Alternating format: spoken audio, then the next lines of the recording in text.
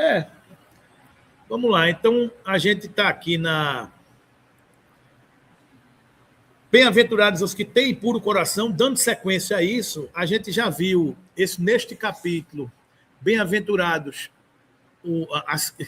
o reino do céu é das crianças, porque são puras, né? Bem-aventurados os que são como as crianças, a questão da pureza de coração. A gente viu a semana passada a questão do adultério, o pecado por pensamento, o adultério, que também diz respeito à pureza de coração. E hoje a gente vai dar uma passada por aqui com a verdadeira pureza, mãos não lavadas. Então, o contexto do evangelho, da passagem do evangelho, é o seguinte: os escribas e fariseus tinham vindo de Jerusalém, aproximaram de Jesus e disseram: por que violam os teus discípulos a tradição dos antigos, uma vez que não lavam as mãos quando fazem as suas refeições? Jesus ouve aquilo ali, o caba reclamando, dizendo que o caba vai para a mesa e não lava a mão. Aí Jesus, sim, e por que você viola os mandamentos de Deus para seguir a tradição? Porque Deus disse que honrai o vosso pai e a vossa mãe. E também disse que seja punível de morte aquele que disser a seu pai e a sua mãe palavras ultrajantes. E vós outros, no entanto, dizeis. E disse também que haja dito a seu pai ou a sua mãe, e toda oferença que faça a Deus vos é proveitosa e satisfaz a lei, ainda que depois não honre nem assista a seu pai ou a sua mãe. Tornam assim inútil o mandamento de Deus pela vossa tradição. Ou seja, o mandamento de Deus disse a você que tivesse uma determinada conduta, mas você também não faz. Então você também não honra a Deus. Você está reclamando que eu não honro porque eu não lavo a mão, então você está preocupado com a aparência, não está preocupado com a essência. A lei de Deus é a essência, né? Então, hipócritas, bem profetizou de vós Isaías, quando disse: este povo me honra de lábios, mas conserva longe de mim o coração. É em vão que me honram, ensinando máximas e ordenações humanas. Ou seja, é em vão que me honram, a essência do meu evangelho, porque preferem as máximas e ordenações humanas, preferem os ritos humanos, do culto às coisas do exterior. É o que Jesus está dizendo aqui. Depois, tendo chamado o povo, disse: escutai e compreendei bem isto. Não é o que entra na boca que macula o homem, é o que sai da boca do homem é que o macula. Porque o que sai da boca procede do coração. E é o que torna impuro o homem.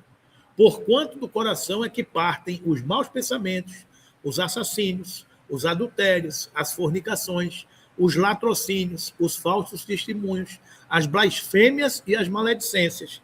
Essas são as coisas que tornam impuro o homem. O comer sem haver lavado as mãos não é o que torna impuro. Ou seja, não é o de fora para dentro. É o de dentro para fora, é o que macula o homem. Então, aproximando-se deles, disseram-se os discípulos: sabeis que, ouvindo o que acabais de dizer os fariseus, se escandalizaram. Os discípulos chegaram para ele e falaram: Jesus, o povo ficou escandalizado. Aí Jesus disse: ele, porém, respondeu: arrancada será toda planta que meu Pai Celestial não plantou. Deixai-os. São cegos que conduzem cegos. E quando cegos conduzem cegos, cai ambos no fosso, nos precipícios. Então é a força moral do Cristo. Arrancada será toda planta que meu Pai não plantou. Ou seja, aquilo que meu Pai não ensinou será arrancado. Mais dia ou menos dia será arrancado. Porque a lei de Deus prevalecerá. E não se importe com eles, porque são cegos, que ainda não entenderam a lei de Deus. E quando um cego conduz outro cego, caem ambos no precipício. Essa é a força moral do Cristo. Ah, está errado. Deixe. A lei de Deus prevalecerá. Eles viverão, é o que a gente acabou de dizer. Ah, porque... Deixe. Mas eles estão arregimentando e estão conduzindo. Deixe eles ir. São cegos que conduzem cegos. E quando cegos conduzem cegos, vão cair. Porque não vão enxergar. Então essa é a força moral da mensagem do nosso Cristo de Deus, né? Enquanto ele falava, um fariseu lhe pediu que fosse jantar em sua companhia. Jesus foi e sentou-se à mesa. O fariseu entrou, a dizer consigo mesmo: por que não lavou ele as mãos antes de jantar? De novo, o culto exterior, né? Disse-lhe, porém, o Senhor: vós outros, fariseus, pondes grandes cuidados em limpar o exterior do copo e do prato. Entretanto, o interior dos vossos corações está cheio de rapinas e de iniquidades. Insensatos que sois, aquele que fez o exterior não é também o que fez o interior? Por que você está preocupado com as coisas de fora? É aquela velha história de sepulcros caiados. E por dentro, nós carregamos as iniquidades, cheio de iniquidades e de aves de rapina. Para variar, né? Para variar, uma metáfora inteligente do Cristo, né?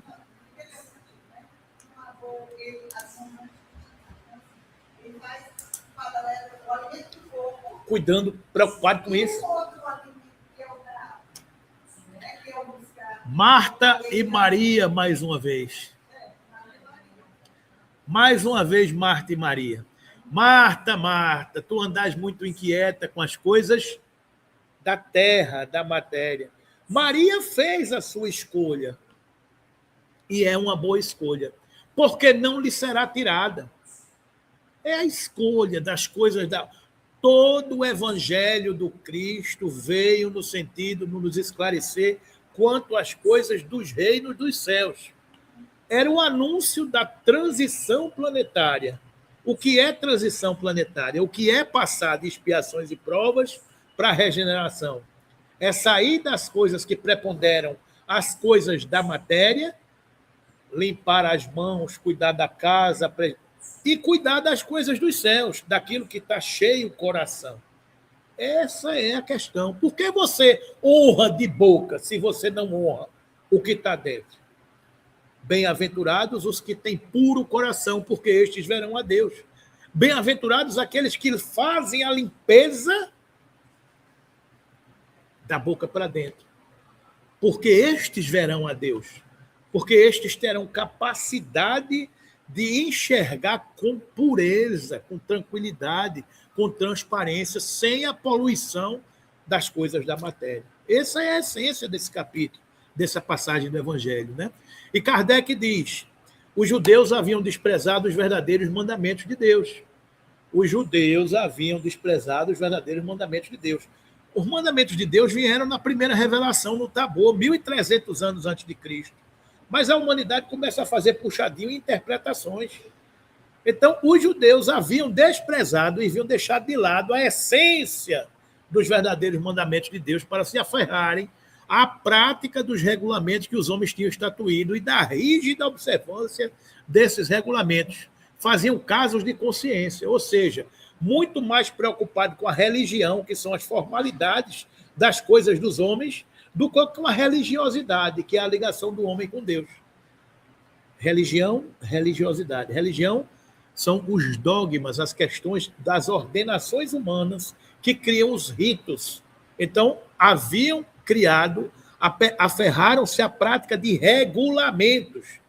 Não pecar em dia de sábado. Aí Jesus fazia e curava dia de sábado. Se o sábado não é também para o homem, o sábado também é de Deus. Ou seja, Jesus vinha contrariar estas ordenações que amarravam os ensinamentos às instituições humanas. Esse é o ponto. É por isso que acharam de condenar Jesus, porque ele ia contra esses regulamentos e essas instituições humanas. Ele veio para dar conta das coisas de Deus, para falar das coisas do reino dos céus.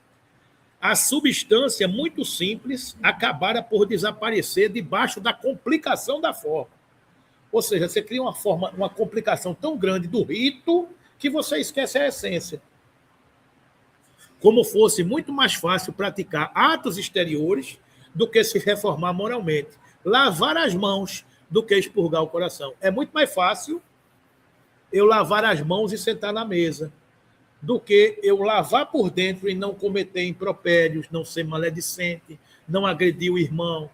É muito mais fácil eu sentar na mesa e cuidar desse adorno. É muito mais difícil eu sentar à mesa e ser essa pessoa transformada, que fala do que a boca fala do que está cheio o coração. É muito mais difícil eu transformar o meu coração. É mais fácil eu tomar um banho, me lavar, botar perfume e, como a gente brinca aqui, botar talco. Porque meu corpo será cheiroso. É muito mais difícil do que eu criar um perfume na minha alma. Qual o perfume que a sua alma tem? Qual o perfume que a sua alma exala? É o perfume das vossas virtudes, daquilo que está transformado dentro de você. Esse aqui é o desafio. É muito mais fácil eu ir ali, comprar um sabonete, tomar um banho, do que eu perdoar 70 vezes, 7 vezes. Esse é o desafio, né? Iludiram-se a si próprios homens, tendo-se como quites para com Deus, por se conformarem com aquelas práticas. Então eu fiz isso, eu estou quite. Eu fui na missa, eu fui na sinagoga, eu fui não sei aonde, eu fui na casa espírita, tomei um passe. Ainda tem os espiritólicos que chegam na casa espírita, tomam passe, tomam um copinho de água fluidificada, tô quite, simbora. Cuida do rito que a gente transformou o rito. Não é isso não, meu irmão. Eu não respeito nem a fila do passe. Eu não respeito nem a fila do passe. Não dá, né? Então, a gente não entendeu ainda a mensagem da essência do Cristo. Nós somos os mesmos religiosos de outrora que ainda não aprendemos a religiosidade que o Cristo quer de nós. Nós somos os mesmos, só mudou a igreja que a gente frequenta. Nós somos os mesmos, com os mesmos ritos, com as mesmas questões, com a mesma vaidade, com o mesmo orgulho. Não somos diferentes. Diferentes seremos quando o Cristo entrar e modificar as nossas atitudes. É o que a gente diz muitas vezes, são 3.300 anos de judaísmo, são 2.000 anos de cristianismo e 180 e poucos anos de espiritismo. Mas a essência é o cristianismo, a gente não entendeu. Nem o cristianismo ainda, nem o judaísmo ainda não entendeu. A gente continua recuperando-se para tentar entender a essência, porque a verdadeira pureza é de mãos não lavadas, é de coração, né? Então, em vão, daí o haver dito profeta, é em vão que o povo me honra de lábios, ensinando máximas e ordenações humanas.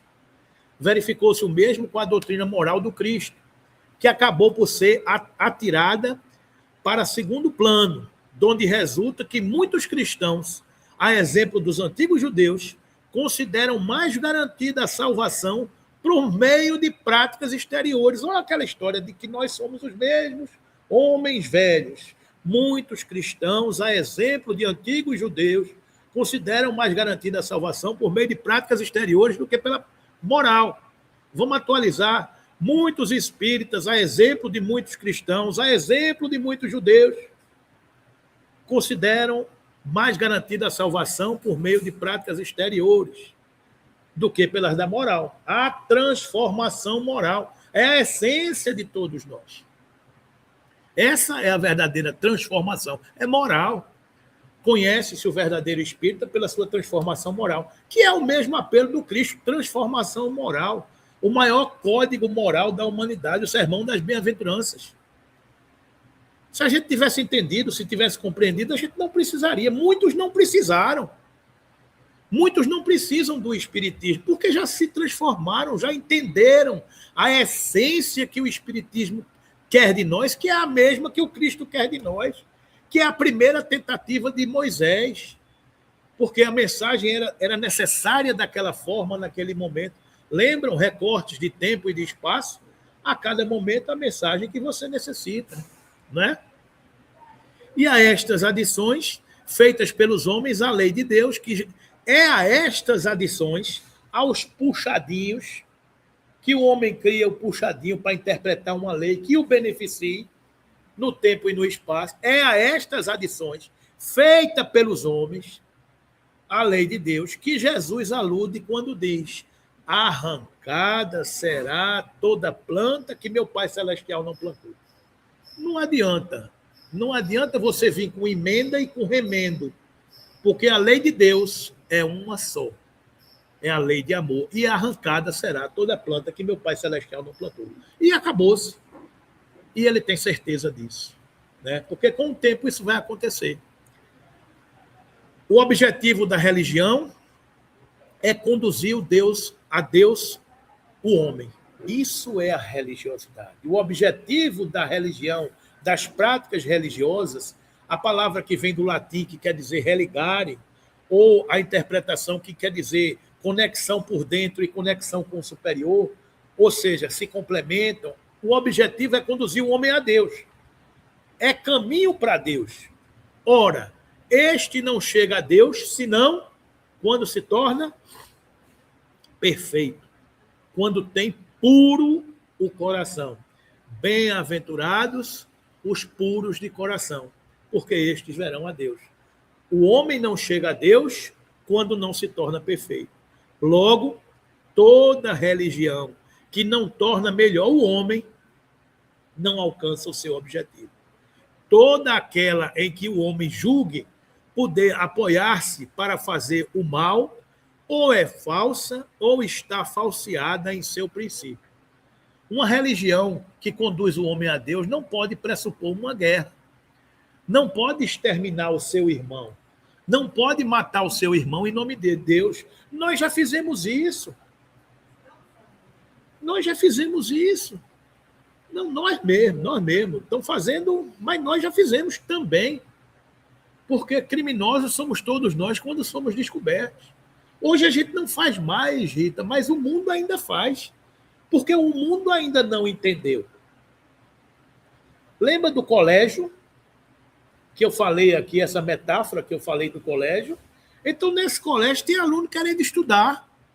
Tem aluno sendo monitor, mas tem aluno brigando nos corredores, tem aluno querendo pular o muro, tem aluno criando incêndio, tem aluno criando horror dentro da classe, tem aluno matando o professor, tem aluno matando o coordenador. Eu estou fazendo essa metáfora dizendo que o mundo é uma escola.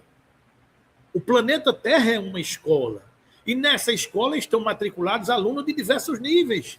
E muitos alunos que estavam fora da escola, em outros lugares, nas ruas, mergulhados, foram convidados a entrar nessa escola porque a escola está se transformando. Então, nessa escola, hoje, se debatem estes alunos de todas as maneiras. Os que já querem estudar, os que já estudaram, os que aprenderam, e chegam outros alunos de paragens mais elevadas, de escolas mais elevadas, que vêm ser monitor para ajudar a gente a estudar e a aprender. Ou seja, o momento que a gente está vivendo hoje é essa grande escola onde muitos alunos estão se debatendo. Então, é natural que no processo de transição essas coisas estejam acontecendo. Porque prevalecerá nessa escola o bem e o amor. E os alunos que aqui ficarão matriculados serão os que estejam sintonizados com isso. Isso é transição planetária. Isso é regeneração da humanidade. E os que não conseguirem acompanhar serão expulsos do colégio e serão matriculados em outros colégios compatíveis com o seu grau de evolução e de aprendizagem. É simples assim, é o processo que a gente está vivendo hoje. Então, o objetivo desta transição, o objetivo do nosso processo é nos conduzir a Deus. E não se chega a Deus quando não se torna perfeito, quando não passa nas cadeiras do colégio que você está matriculado, né? Tal o resultado que dão as que em forma sobre as em que a forma sobreleva o fundo, o exterior sobreleva o interior, né? Nula é a crença na eficácia dos sinais exteriores, se não obsta a que se cometam assassinos, adultérios, expoliações, que se levantem calúnias, que se causem danos ao próximo, seja no que for. Semelhantes religiões fazem supersticiosos, hipócritas, fanáticos, não, porém, homens de bem. Não basta que se tenham as aparências da pureza. Acima de tudo, é preciso ter a do coração. Então, esta passagem, quando diz que a verdadeira pureza é mãos não lavadas, é colocando que não basta ter a aparência do exterior. Acima de tudo, é preciso ter a pureza do interior, porque a boca fala o que está cheio o coração. Esse é o esforço do Cristo para nos transformar e nos aproximar dele, para que a gente se torne pessoas melhores, que compreendam melhor as leis de Deus. É para isso que a gente está aqui, né? Então, a gente vai ficar por aqui hoje e na próxima semana a gente conclui com escândalos. Se a vossa mão é motivo de escândalos, cortai-a. Então, é aquela velha passagem de dizer... Pula, né? Pô, vai ficar um bocado de cotó, né? Nessa história, né? Então é isso, gente. Então, essa passagem, como todo o evangelho, é no sentido de dizer que a gente caminha para Deus e que a gente caminha para essa transição e para essa transformação. Então, que sigamos matriculados nessa escola, nesse colégio, seguindo Cristo. Que Jesus nos abençoe e vamos concluindo por aqui amanhã de hoje.